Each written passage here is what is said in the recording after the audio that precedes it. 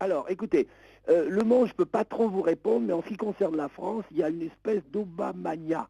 C'est-à-dire qu'on sent qu'il y a une sympathie pour Obama, pour M. Obama. En ce qui concerne la France. Bon, maintenant, l'Espagne, l'Allemagne, je ne peux pas trop vous répondre. Alors, est-ce que ça peut influencer? Ah ben, vous savez, la mentalité américaine, hein, vous savez, il y a l'Amérique et diverses peuplades. Hein. Ils ont un peu tendance à ignorer le monde entier. Donc, est-ce que ça peut influencer? Là, je crois que vous me posez une question à laquelle je peux difficilement répondre. Pour répondre à cette question, il faut connaître la mentalité américaine. Et les États-Unis, euh, ils ignorent le monde extérieur, malheureusement. Alors, ce que pense le monde extérieur? Alors évidemment, il y a des classes cultivées qui vont être fascinées par la culture française, la culture allemande, etc., les musées, l'antiquité européenne, de la Perse, de la Grèce, de l'Égypte, tout ça, oui, bien sûr. Mais la masse des Américains, elle est inculte. Hein.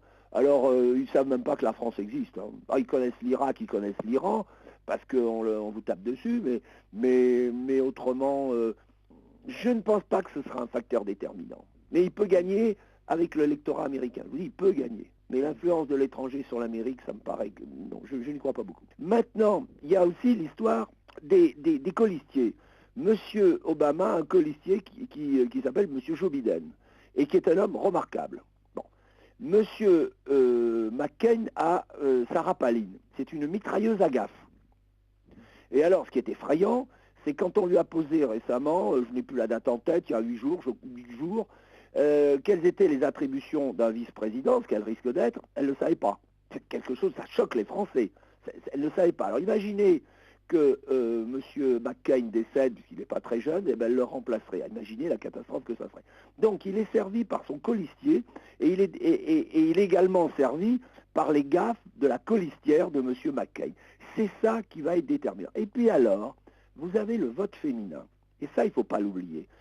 Eh bien, vous savez, l'électorat féminin américain sera sensible, au physique, à l'allure de M. Biden, et aussi de M. Obama. Vous savez, bon, je souhaite la victoire de M. Obama, mais en deux mots, il faut choisir le moindre. Et il ne faut quand même pas oublier que ce monsieur a fait acte d'allégeance à l'État d'Israël.